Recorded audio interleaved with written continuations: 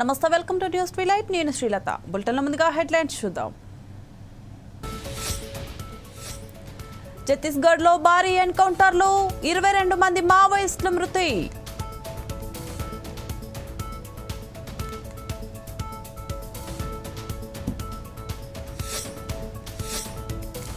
ప్రజలకు నష్టం కలిగే చర్యలను చేపట్టకూడదు, బెట్టింగ్ యాప్స్ కేసుపై స్పందించిన ఫిలిం ఛాంబర్.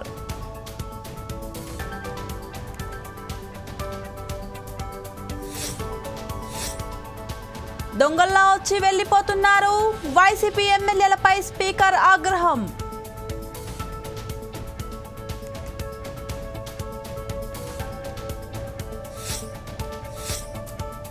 ఆనందాన్ని వివరించడానికి మాటలు సరిపోవు, హౌస్ ఆఫ్ కామన్స్ సత్కారంపై చిరంజీవి పోస్టు.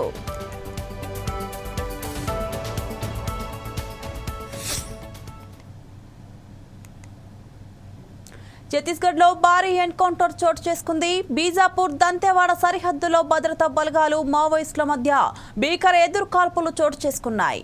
ఈ ఎదురుకాల్పులో 22 మంది మృతి చెందినట్లుగా భద్రతా అధికారులు వెల్లడించారు. సంఘటన స్థలంలో భారీగా పేలుడు పదార్థాలు, ఆయుధాలు స్వాధీనం చేసుకున్నారు. జిల్లా రిజర్వ్ గార్డుకు చెందిన ఒక జవాను మృతి చెందినట్లు అధికారులు తెలిపారు.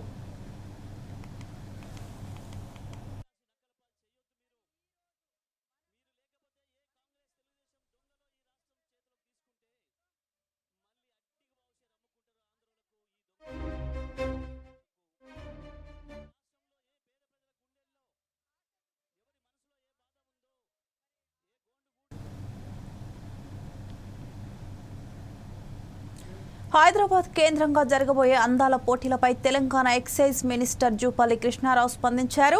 మిస్ వరల్డ్ పోటీల నిర్వహణ వల్ల రాష్ట్ర ఆదాయం పెంచి తెలంగాణ ఖ్యాతిని ప్రపంచానికి పరిచయం చేయడం, నిరుద్యోగ యువతకు ఉద్యోగ ఉపాధి అవకాశాలు కల్పించడమే మిస్ వరల్డ్ పోటీల ప్రధాన ఉద్దేశమని మంత్రి అన్నారు. వచ్చే మే నెలలో హైదరాబాద్ వేదికగా 72వ మిస్ వరల్డ్ పోటీలు జరగబోతున్నాయని తెలియజేశారు. అందాల పోటీని మహిళా సాధికారత కోణంలో చూడాలని, మిస్ వరల్డ్ పోటీలపై ప్రతిపక్షాలు చేసే విమర్శలు పట్టించుకోకుండా పాజిటివ్ కోణంలో చూడాలన్నారు. ప్రపంచ వ్యాప్తంగా 140 దేశాల నుంచి ఈ మిస్ వరల్డ్ పోటీలకు హాజరవుతున్నారని తెలిపారు. పెట్టినటువంటి ఉద్దేశం ఏంటంటే ప్రధానంగా కొత్త రాష్ట్రం తెలంగాణ రాష్ట్రంలో ఉన్నటువంటి నిరుద్యోగ యువత ఉద్యోగ ఉపాధి అవకాశాలు మెండుగా రావాలంటే, అట్లాగే పెట్టుబడులు పెద్ద ఎత్తున ప్రపంచ స్థాయిని ఆకర్షించాలంటే ఈ యొక్క ఈవెంట్ ద్వారా గ్లోబ్ నుంచి, అంటే ప్రపంచంలో ఉన్నట్టు సుమారుగా 140 దేశాల నుంచి ఈ యొక్క కంటెస్టెంట్స్ పార్టిసిపేట్ అవుతూ ఉన్నారు. ఎట్ సేమ్ టైం కొన్ని వేల మంది, అంటే media, almost more than 3000 media people also present here. And through this event ద్వారా ప్రపంచం మొత్తానికి కూడా ఒక తెలంగాణ రాష్ట్రం, కొత్త రాష్ట్రం అని చాలామందికి తెలియకుంటుంది. తెలంగాణ రాష్ట్రం ఉంది, హైదరాబాద్ ఉంది అనే కింద. సో దీని ద్వారా ఇవి క్రియేట్ చేయడం కోసం ఈ యొక్క ఎంప్లాయ్మెంట్, అట్లాగే స్టేట్ రెవెన్యూ, రాష్ట్ర ఆదాయం పెంచి అట్టడుగు వర్గాల వాళ్ళ యొక్క అభ్యున్నతికి దోహదపడాలనేటువంటిది దీని యొక్క ఉద్దేశం, లక్ష్యం. మంత్రి సీతక్క మాట్లాడుతున్నారు, లైవ్లో చూద్దాం. పంచాయతీ రాజులో అయితే దాదాపుగా 8-9 సంవత్సరాల నుంచి నియామకాలు చేపట్టలేదు. అనేక సార్లు నా దగ్గరకు వచ్చినప్పుడు నేను కూడా మా సంబంధిత అధికారుల దగ్గరికి తీసుకెళ్లడం, అనేక రకాల ఇబ్బందులను కూడా తొలగిస్తూ సీఎం గారి దృష్టికి తీసుకెళ్లిన తర్వాత వాళ్ళు బాధలో ఉంటారు, వాళ్ళని బాధ పెట్టద్దు, వాళ్ళకు నిజంగా వాళ్ళ కుటుంబ సభ్యులు కోల్పోయి ఉంటారు కాబట్టి వాళ్ళ తొందరగా క్లియర్ చేయాలనే పట్టుదల మూలంగానే మరి తొందరగా రావడం జరిగింది. యాక్చువల్గా మనకు మొన్న 2 months బ్యాకే ఈ జీవో వచ్చింది, కానీ మనకు ఎలక్షన్ కోడ్ ఉండడంతో నిన్నటిదాకా ఎమ్మెల్సీ ఎలక్షన్ కోడ్ మొన్న మీకు అందరు తెలుసు, ఈలోపు మనకు అసెంబ్లీ వచ్చింది, కొద్దిగా టైం అయింది. ఇప్పుడు కూడా ఈరోజు కూడా 4 గంటలకు కరెక్ట్గా సీఎం గారు రెడీగా ఉన్నారు ఈ మీకు ఎంత తొందరగా ఇవ్వాలి అని. కానీ నేను ములుగు నుంచి రావడంతో గంట లేట్ అవ్వడం జరిగింది. అది నా లేటు మూలంగానే ఈ గంట మీకు లేట్ అయింది. కానీ ఎంత తొందరగా మీ చేతిలో నియామక పత్రం పెట్టి మీ ముఖాలలో ఆనందం చూడాలనేటువంటి ఆశ, ఆకాంక్ష, ఆశయం కూడా సీఎం గారికి ప్రత్యేకంగా ఉంది అని తెలియజేస్తూ మీరందరూ కూడా పనితనాన్ని మెరుగుపరుచుకోవాలి. ఉద్యోగం అంటే ఏదో నామమాత్రంలాగా కాకుండా దాన్ని ఒక మరి మానవతా దృక్పథంతో హార్డ్ వర్క్ చేసి మన యొక్క గవర్నమెంట్కు మంచి పేరు తీసుకురావాలి. తద్వారా మీ కుటుంబాలు కూడా మీ పనితనాన్ని చూసి గల్లెగరేసుకొని మీకు సన్మానాలు చేసినప్పుడు ఎస్ మా కొడుకు మా బిడ్డ ఈ ఉద్యోగంలో మంచిగా చేశారు కాబట్టి వాళ్ళకి సన్మానాలు వచ్చినాయని. లేదా సస్పెండ్ అయితే ఎంత బాధపడతారు, మిమ్మల్ని కన్నోళ్ళు కానీ మీరు కన్నోళ్ళు కానీ ఇద్దరు బాధపడే పరిస్థితి ఎప్పుడు తీసుకురావద్దు. ఎప్పుడు కూడా మన కుటుంబ సభ్యులు గర్వంగా చెప్పుకునే విధంగా ఈ మన ప్రభుత్వానికి తోడుగా ఉంటూ మరి మంచి పని చేసి ప్రజలకు సేవకులుగా ఉండాలని మనస్ఫూర్తిగా కోరుకుంటూ మీ అందరికీ శుభాకాంక్షలు, ధన్యవాదాలు తెలియజేస్తా ఉన్నాను.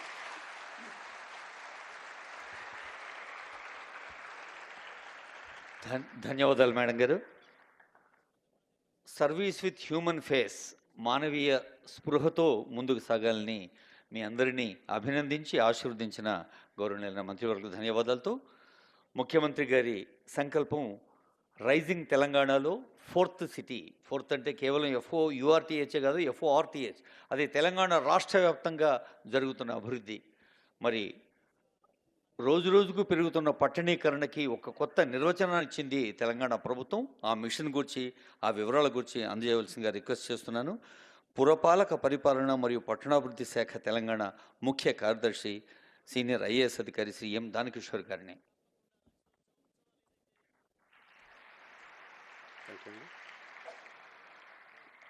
ఈనాటి మన ముఖ్య అతిథి గౌరవనీయులు మన ముఖ్యమంత్రి వర్యులు శ్రీయుతులు రేవంత్ రెడ్డి గారికి, అలాగే మన పంచాయతీ రాజ్య శాఖ మంత్రులు సీతక్క మేడం గారికి, మా చీఫ్ సెక్రటరీ గారు శాంతికుమార్ గారికి, వేదిక మీద ఉన్నటువంటి గౌరవ మేయర్ గారు, గౌరవ ఎమ్మెల్యేలు, గౌరవ అడ్వైజర్లు, ఇతర పెద్దలందరికీ నాకు హృదయపూర్వక నమస్కారాలు. ముందుగా నియామక పత్రాలు అందుకున్నటువంటి యువతి యువకులకందరూ కూడా నా యొక్క శుభాకాంక్షలు తెలియజేస్తున్నాను. ఈరోజు మీ ముందు ఒక కొత్త ప్రోడక్ట్ తీసుకురాబోతున్నాము, బిల్డ్ నౌ అనేటువంటి ప్రోడక్ట్. ఇది మీకు అందరికీ తెలుసు, బిల్డింగ్ పర్మిషన్స్ అన్నీ కూడాను మన స్టేట్లో ఆన్లైన్లో జారీ చేస్తున్నాము.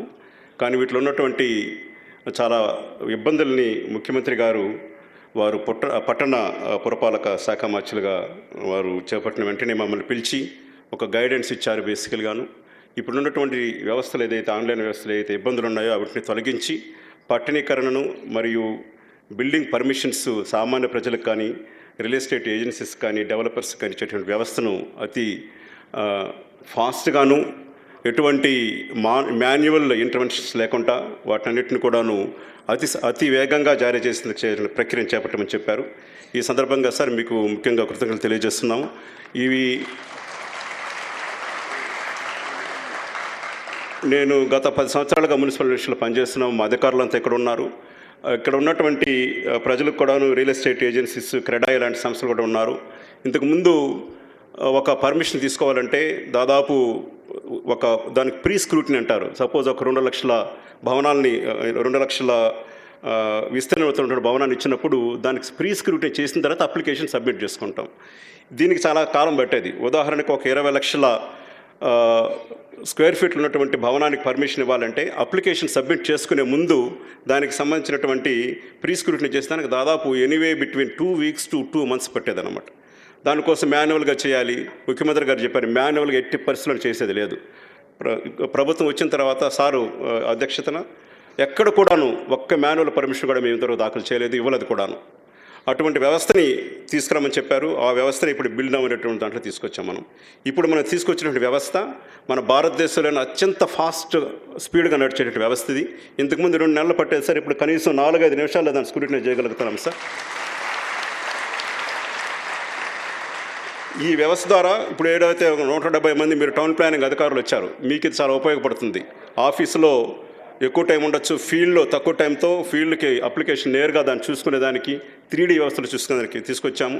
అట్లాగే ఆర్టిఫిషియల్ ఇంటెలిజెన్స్ని అనుసంధానం చేయడం జరిగింది. బ్లాక్ చైన్ టెక్నాలజీని తీసుకొచ్చాము, సింగిల్ విండో తీసుకొచ్చాము. వీటి వల్ల ఏమవుతుందంటే రియల్ ఎస్టేట్ డెవలపర్స్ కావచ్చు, సామాన్య ప్రజలు కావచ్చు, వాళ్ళు చేసిన అప్లికేషన్స్ అతి తొందరగా ప్రాసెస్ చేయడానికి వీలవుతుంది. ముఖ్యమంత్రి గారు రివ్యూ చేసినప్పుడు ఇంకా మాకు కొన్ని టార్గెట్లు ఇచ్చారు. ఇవిదే కాకుండాను అసలు మీరు ఫీల్డ్కే లేకుండా ఆఫీస్ నుంచే ఎట్లా కెమెరాలు పెట్టి దాన్ని తీసుకురావాలి, దాన్ని కూడా తీసుకురామని చెప్పారు. దానికి సంబంధించి కూడా ఒక ప్రక్రియ జరుగుతూ ఉంది. దీనికి అన్నిటికి సంబంధించి ఒక సంతోషకరమైన విషయం ఏంటంటే, ఏదైతే ఈ కంపెనీ పట్టుకొచ్చిందో సార్, వారు హైదరాబాద్కి చెందిన యువకులు తయారు చేసినటువంటి ప్రోడక్ట్ ఇది కూడాను వారు తయారు చేసిన తర్వాత వేరే స్టేట్స్ నుంచి కూడాను ఆ కంపెనీకి ఆహ్వానాలు వస్తున్నాయి, అక్కడ చేయమని చెప్పేసి అనేసి. ఈ ప్రోడక్ట్ని ఇప్పుడు ఒక 3 నిమిషాల పాటు వీడియో ఉంటుంది, తర్వాత ముఖ్యమంత్రి గారు దాన్ని లాంచ్ చేస్తారు. ఈరోజు అప్లై చేసుకున్నటువంటి 3 బిల్డింగ్ అప్లికేషన్స్ చేసుకున్న వాళ్ళు కూడాను ఈరోజు ఈ బిల్డింగ్ పర్మిషన్స్ ఇవ్వడం తెలియజేస్తూ ఈ అవకాశం ఇచ్చినందుకు ముఖ్యమంత్రికి ధన్యవాదాలు తెలియజేస్తున్నాం. Okay, we will launch it first by CM sir, and then will go for video sir.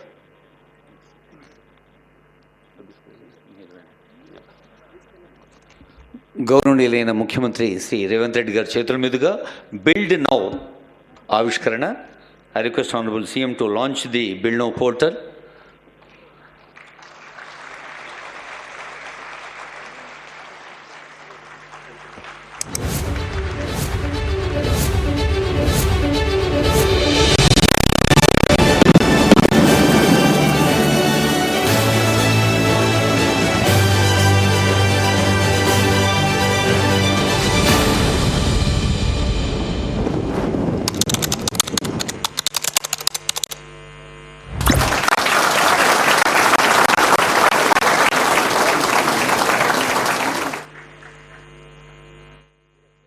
One of India's fastest growing states, Telangana, has been at the forefront of technology adoption and innovation.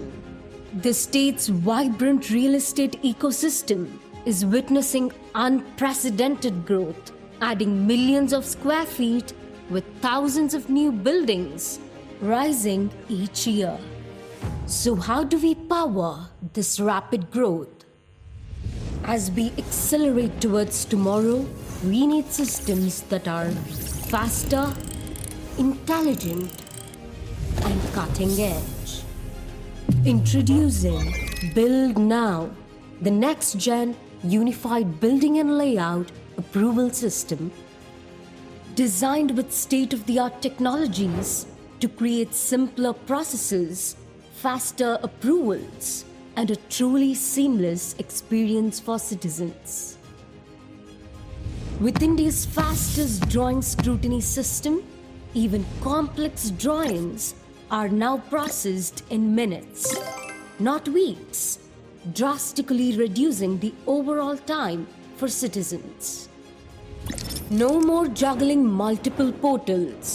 Build Now simplifies building approvals with one unified portal, accessible in preferred languages, be it in English, Telugu, or Urdu. Transactions on Build Now are secured with blockchain for enhanced trust and verifiability.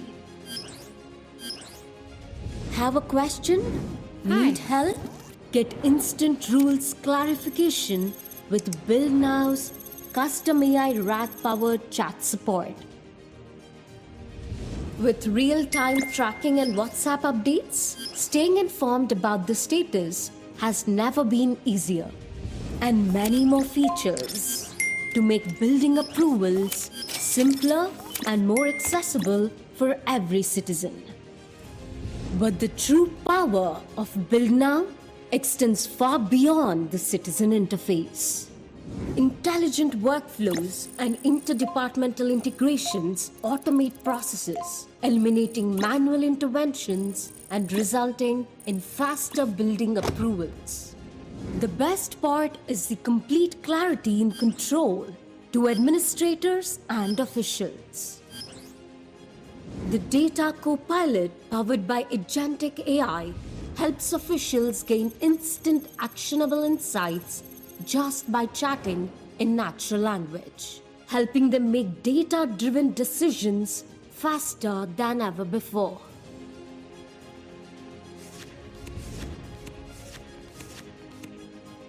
Through these powerful tools and technologies, Build Now isn't just modernizing governance, it's reimagining Telangana's tomorrow.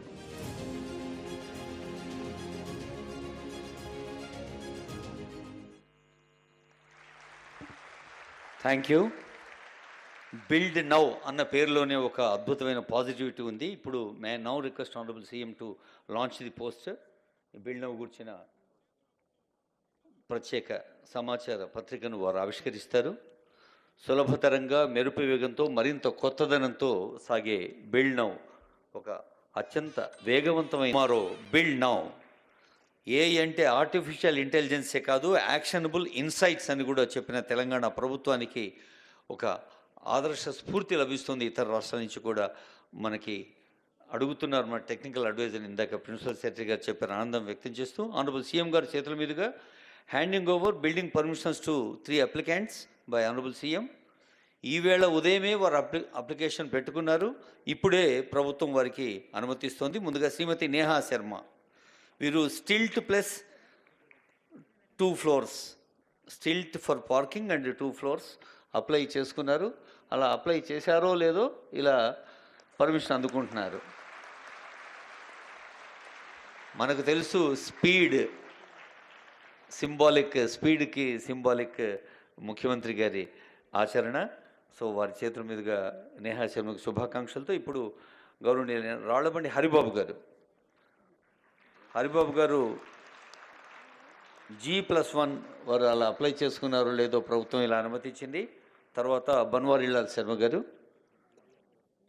వీరు కూడా ఈరోజు ఉదయమే apply చేసుకోవటం, ఈరోజే permission తీసుకోవటం, that honourable CM గారి చేతుల మీదుగా పర్మిషన్ తీసుకోవటం, అది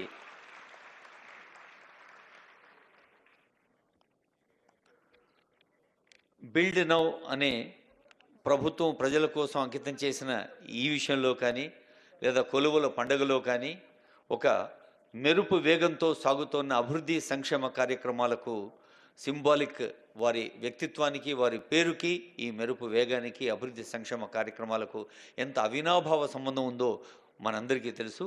అలాంటి ముఖ్య అతిథి గౌరవనీయులైన ముఖ్యమంత్రి గారి సందేశం.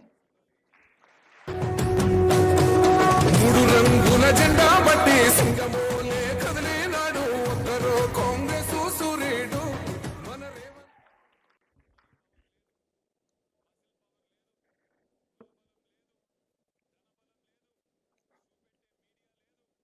ప్రజాపాలనలో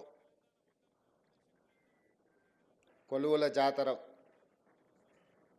ఒక పండగ కార్యక్రమాన్ని ఏర్పాటు చేసి నాతో పాటు పంచాయతీరాజ్ శాఖ మాత్యులు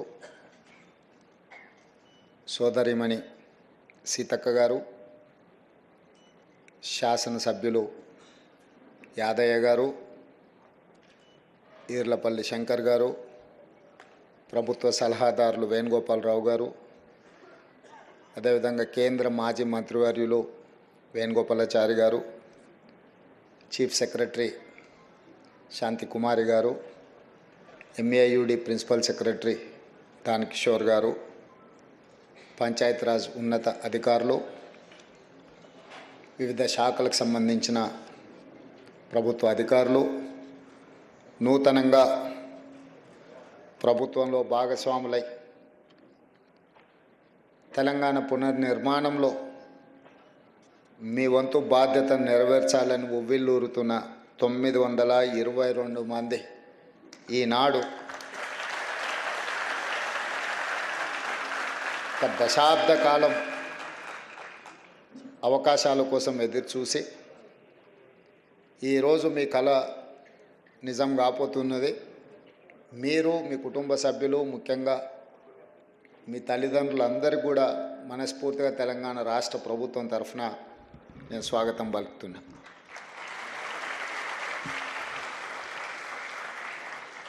ఎవరికైనా మొట్టమొదటిసారి ఉద్యోగం రావడం, ఒక బాధ్యతను చేపట్టడం అనేది అనిర్వచనీయమైన సందర్భం. నేను మొదటిసారి ఇండిపెండెంట్ జడ్పీటీసీగా గెలిచినప్పుడు ఈనాడు ముఖ్యమంత్రి పదవి చేపట్టిన దానికంటే కూడా ఎక్కువ ఆనందం కలిగింది. ఎందుకు అంటే ప్రజా జీవితంలో ప్రజలకు సేవ అందించాలనుకొని చాలామంది కలలు కంటుంటారు, కానీ కొద్దిమందికి అవకాశం వస్తుంది. కొంతమంది జీవితకాలం అవకాశాలు రాకుండా కూడా ప్రజా జీవితంలోనే సర్వం కోల్పోయిన వాళ్ళు ఉంటారు. మొదటిసారి మనకి ఏ అవకాశం వస్తుందో అది చిన్నదా పెద్దదా అనే కంటే మనకు వచ్చిన అవకాశం మనకు జీవితకాలం గుర్తుండిపోయే అవకాశం. ఈరోజు మీ అందరికి కూడా మొట్టమొదటిసారి మీ జీవితంలో ఈ ప్రభుత్వంలో భాగస్వాములు అయ్యే అవకాశం వచ్చింది. ఈరోజు మీకు అందరికీ ఒక మరపురాని తీపి జ్ఞాపకంగా ఉంటుందని నేను భావిస్తున్నా. ఈ ఉద్యోగ నియామకాలు వివిధ శాఖలకు సంబంధించి ముఖ్యంగా municipal administration and urban development, Panchayat Raj and rural development శాఖలకు సంబంధించిన నియామకాలు. ఈ నియామకాలలో అత్యధిక 500 పైగా నియామకాలు కారుణ్య నియామకాలు. మీ తల్లిదండ్రులు, మీ కుటుంబ సభ్యులు బ్రతికున్నంత వరకు ఈ ప్రజలకు సేవలు అందించి ప్రభుత్వ ఉద్యోగంలోనే వాళ్ళ అకాల మరణం చెందడం వల్ల వారి వారసత్వంగా వారు అందించిన సేవలకు గుర్తింపుగా ఈ కారుణ్య నియామకాలు చేపట్టడం జరుగుతుంది. అందులో భాగంగానే జూనియర్ అసిస్టెంట్స్, అదేవిధంగా town planning officers, assistant engineers, junior technical officers, junior technical పంచాయతీరాజ్కి సంబంధించిన ఆఫీసర్స్, సేమ్ పంచాయతీరాజ్లో assistant engineers, assistant technical officers. అంటే ఒకవైపు మున్సిపల్ శాఖ, రెండవ వైపు పంచాయతీరాజ్ శాఖ. ఈ రెండు శాఖలకు సంబంధించి 922 మందికి ఈరోజు నియామకాలను అందిస్తున్నాము. ఈ నియామకాలు మీ హక్కు. మీ తల్లిదండ్రులు మీకోసం చాలా వరకు ఇందులో కారుణ్య నియామకాలు మీ కుటుంబ సభ్యుల నుంచి వారసత్వంగా మీకు చెందవలసిన ప్రభుత్వ ఉద్యోగం. కానీ గత ప్రభుత్వం దాదాపుగా 2015 నుంచి నాకు తెలిసినంత వరకు పంచాయతీరాజ్ శాఖలో కారుణ్య నియామకాలు చేపట్టకపోవడం, ప్రభుత్వం ఒక విధానపరమైన నిర్ణయం తీసుకోకపోవడం వల్ల దాదాపుగా మీ జీవితంలో అత్యంత విలువైన సమయం 10 సంవత్సరాల కాలగర్భంలో కలిసిపోయింది.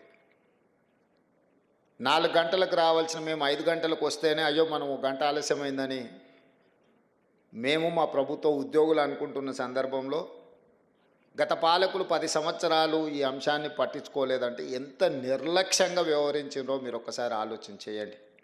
అందుకే ఈరోజు అలాంటి నిర్లక్ష్యము, అవలక్షణాలు ఈ ప్రభుత్వానికి ఉండకూడదు, మా దర్దాపుల్లోకి రాకూడదు అని నిత్యం నా సహచార మంత్రివర్గ సభ్యులకు, శాసనసభ్యులను సమన్వయపరుచుకుంటూనే ప్రభుత్వ అధికారుల చేత అవసరమైన నిర్ణయాలు తీసుకుంటూ ఈరోజు ముందుకు వెళ్తున్నాం.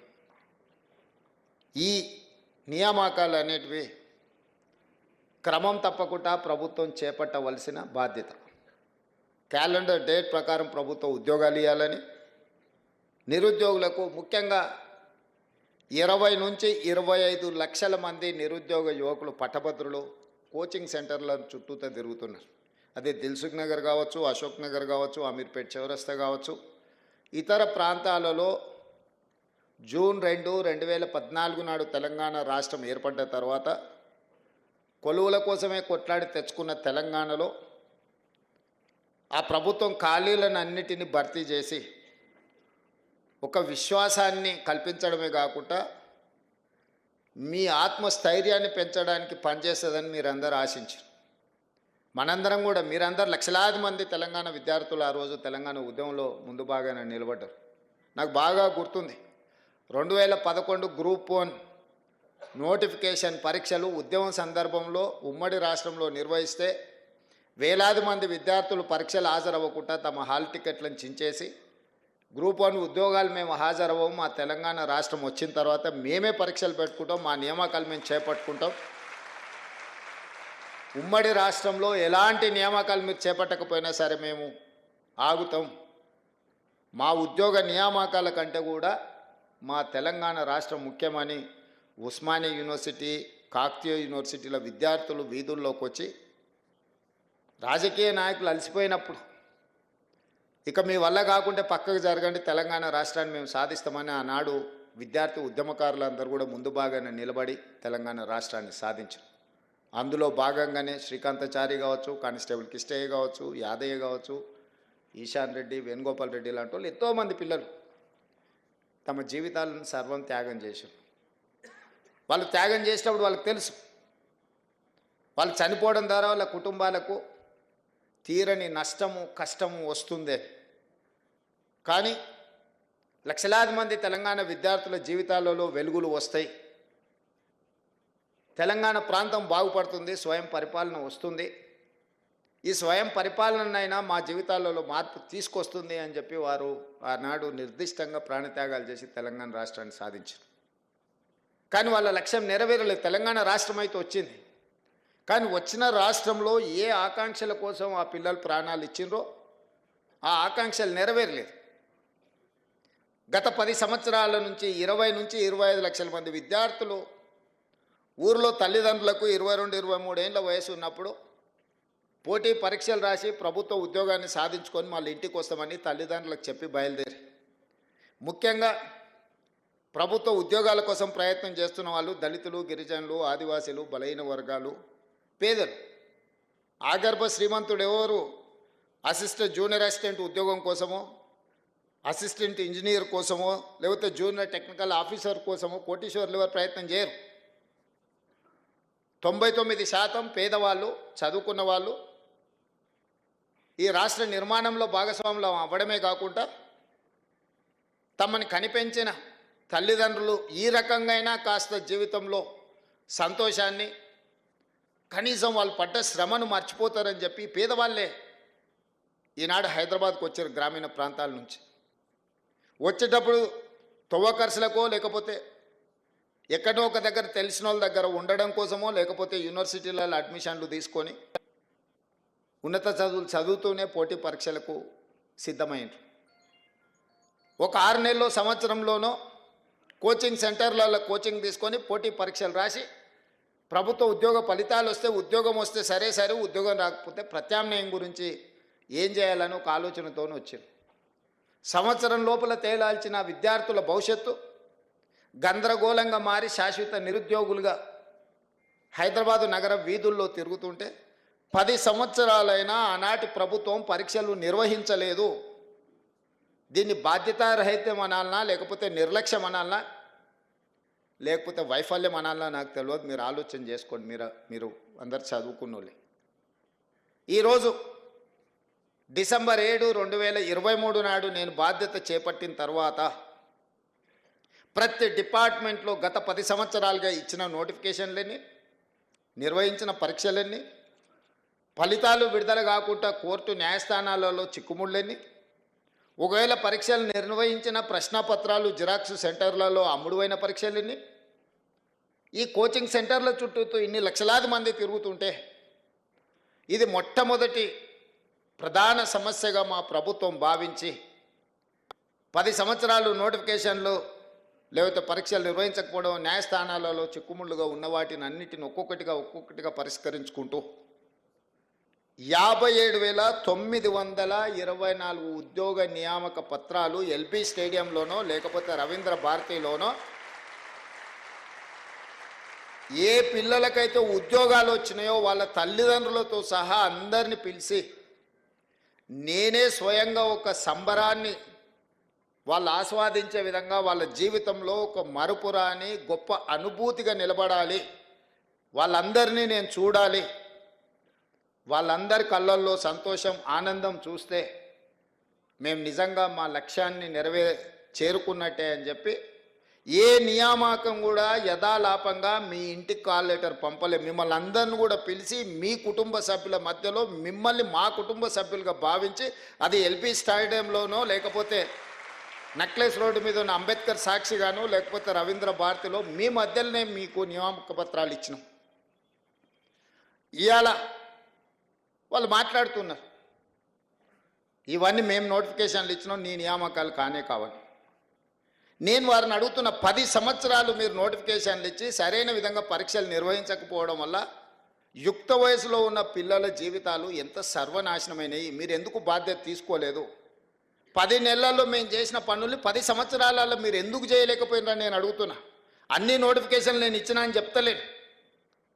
కొన్ని మీరు నోటిఫికేషన్లు ఇచ్చారు, కొన్ని మీరు పరీక్షలు నిర్వహించారు, కొన్ని ప్రశ్నపత్రాలు మీరే అమ్ముకున్నారు, కొంతమందిని ఉద్యోగాలు మీరే అమ్ముకున్నారు, కొన్నిటిని మీరే నోటిఫికేషన్లు ఇచ్చి మీరే వెనకాల నుంచి కోర్టులలో కేసులు వేయించి వాటి మీద స్టేలు తీసుకొచ్చి ఏ ఉద్యోగ నియామకాలు చేపట్టకుండా మీరు నిర్లక్ష్యం వహించడం వల్లనే కదా ఈ 25 లక్షల మంది నిరుద్యోగ యువకులు ఆలోచన చేసి ఇక మేము మిమ్మల్ని ఉద్యోగాలు అడగం, మేము మీకు ఇచ్చిన ఉద్యోగాలను ఊడగొడతాం, మా ఉద్యోగాలు మేము తెచ్చుకుంటామని కదా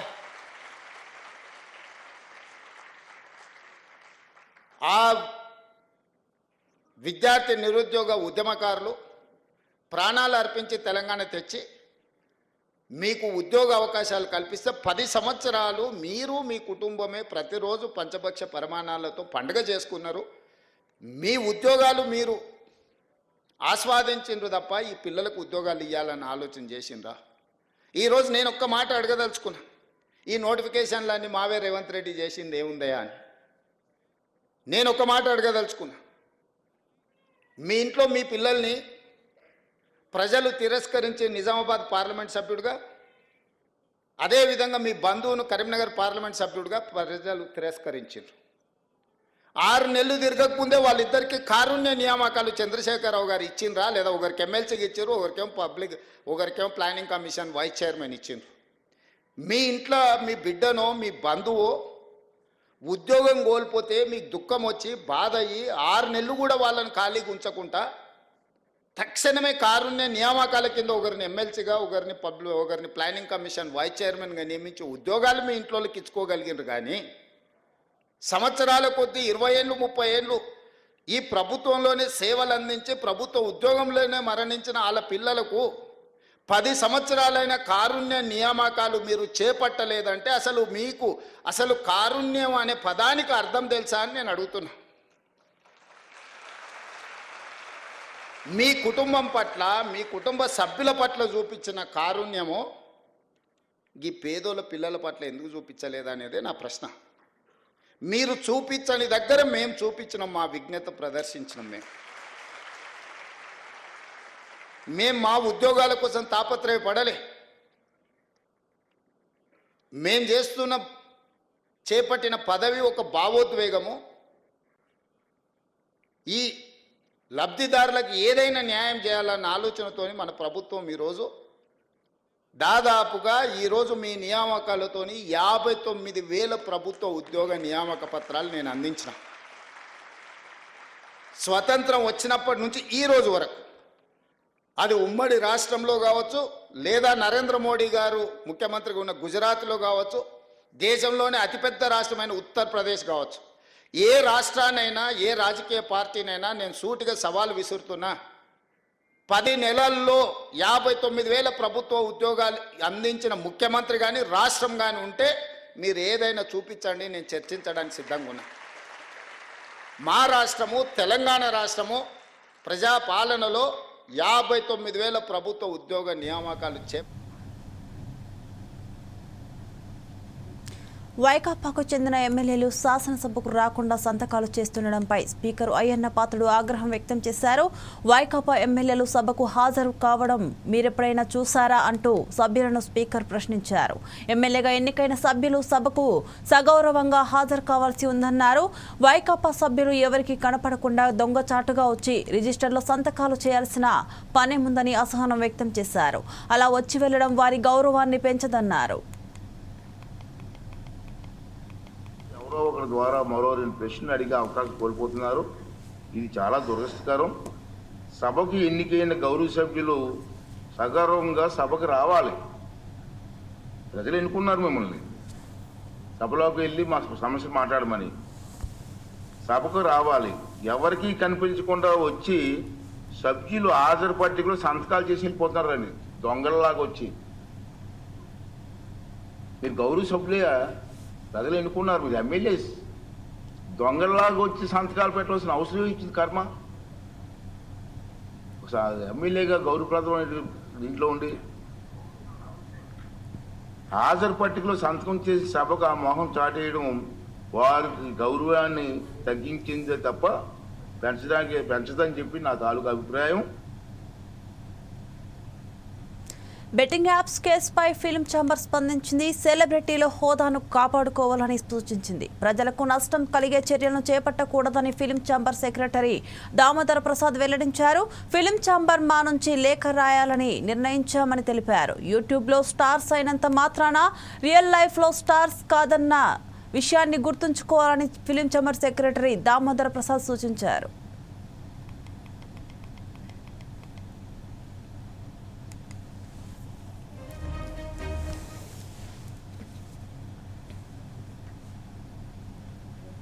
బ్రిటన్ పార్లమెంట్లోని హౌస్ ఆఫ్ కామన్స్లో తమకు జరిగిన సత్కారంపై చిరంజీవి సోషల్ మీడియా వేదికగా పోస్టు పెట్టారు. ఈ ఆనందం గురించి చెప్పేందుకు మాటలు సరిపోవంటూ తన ప్రయాణంలో భాగమైన కుటుంబ సభ్యులు, అభిమానులు, స్నేహితులు, శ్రేయోభిలాషులకు కృతజ్ఞతలు తెలిపారు. యూకే పార్లమెంట్ సభ్యులు, మంత్రులు, దౌత్యవేత్తలు, ఉన్నతాధికారుల ఆధ్వర్యంలో తనను సత్కరించినందుకు హృదయం కృతజ్ఞతతో నిండిపోయిందని తెలిపారు. బ్రిడ్జ్ ఇండియా సంస్థ జీవిత సాఫల్యం పురస్కారం తను అందుకోవడం సంతోషంగా ఉందని హర్షం వ్యక్తం చేశారు. ఈ గౌరవం నన్ను మరింత ఉత్సాహంగా ముందుకెళ్లేలా చేస్తుందని పేర్కొన్నారు.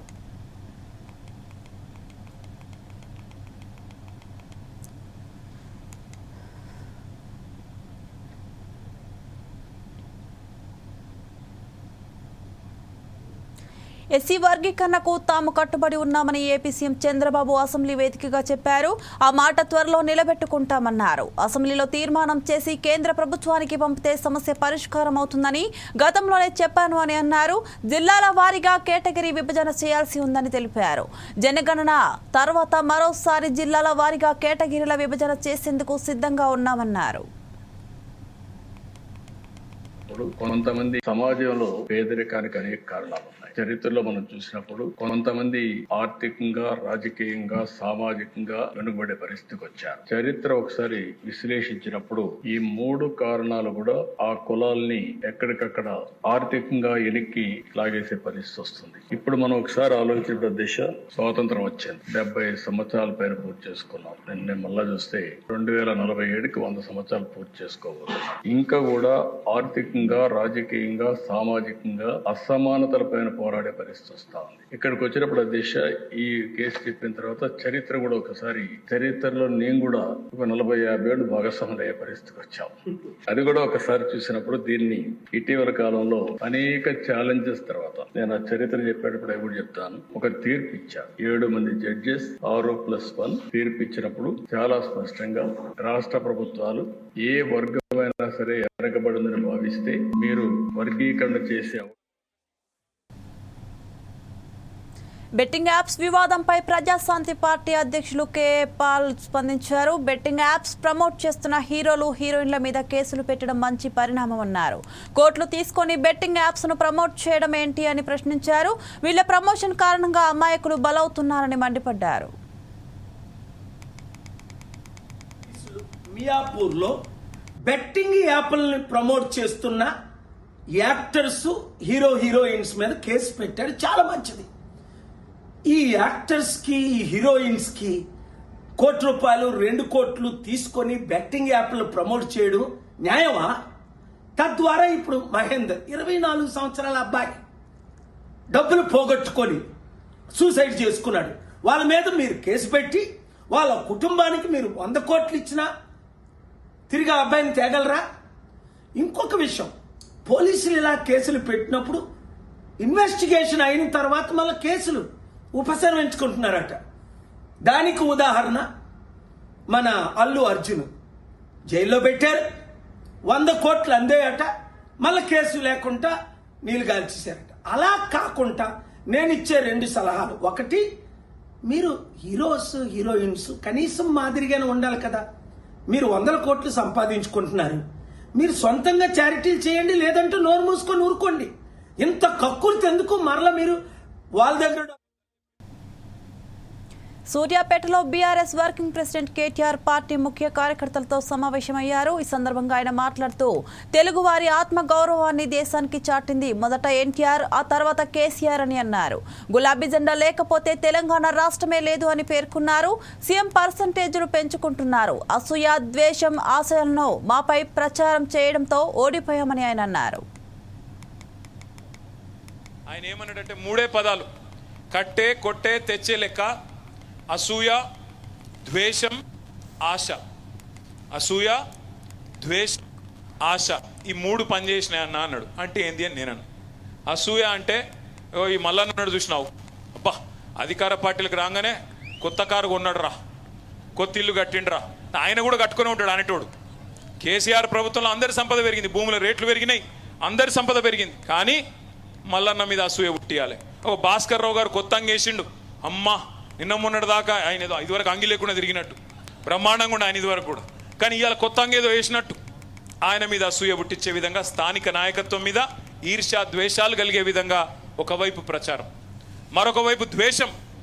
ఏదో కేసీఆర్ గారు ఈ రాష్ట్రాన్ని ఆయన కుటుంబం కోసమే తెచ్చుకున్నాడు, ఆయన ఎవరిని కలవడట, అహంకారం అట, కుటుంబ పాలనట, లక్షల కోట్లు దోసుకపోయిందంట అని కేసీఆర్ గారి మీద దొరనట, దొరపాలనట అని చెప్పి ద్వేషం నిండే విధంగా అగ్రనాయకత్వం మీద ఇంకోవైపు విష ప్రచారం. మూడోది ఆశ. కేసీఆర్ 10,000 ఇస్తుండు కదా, నేను 15,000 ఇస్తా. కేసీఆర్ ₹1,00,000 ఇస్తుండు కదా పెళ్లికి, నేను తులం బంగారం ఇస్తా. కేసీఆర్ 2,000 ఇస్తుండు కదా పెన్షను, ముసలోనికో ముసలవ్వకో ఇస్తుండు, నేను ఇద్దరికి ఇస్తా, 4,000 ఇస్తా. మా సోనియమ్మ చెప్పింది వచ్చే నెల నుంచే ఇస్తా అని ఏతుల వెంకటరెడ్డి, ఇంకా తర్వాత ఇక ఉన్నారు కదా కోతుల ఉత్తమ్ కుమార్ రెడ్డి, ఇటువంటి వాళ్ళు అందరు ఎక్కడోడు అక్కడ తలిగి మొత్తం ప్రజలని ఆశ పెట్టి, నీళ్లున్నాయి, కరెంట్ వచ్చింది, కడుపు నిండా అన్నీ వచ్చినాయి, ఇక ఏడన్నా పోతాయా అవి ఇంకేదో వస్తుందట మీదికెళ్ళి అని చెప్పి ఒక ఆశ పెట్టి.